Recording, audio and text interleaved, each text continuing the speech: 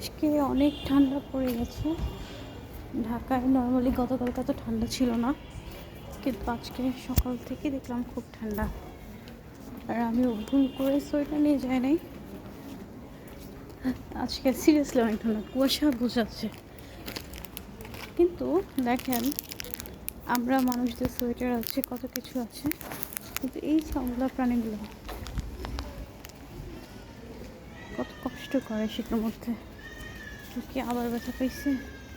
না, পাই নাই। এই ঠান্ডার মধ্যে ওরা এখানেই শুয়ে থাকে। ও তো দুষ্ট, ও কিন্তু খাবার পায়। আমরা যে খাবার পায় না, ও হচ্ছে নটাঙ্কি টাইপ। তার মজা খাইতে হবে। আসো আসো আসো, এই যে আসতেছে।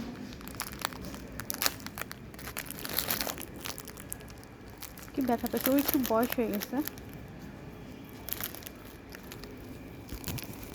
কি সুন্দর ওর মধ্যে বাপ বেটি। এই ব্যথ কামড় লাগতো তো এখন আমার।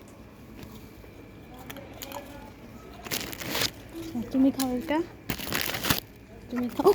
তুমি তো থাপ্পড় দিবে। কামড় লাগে নাই যদিও।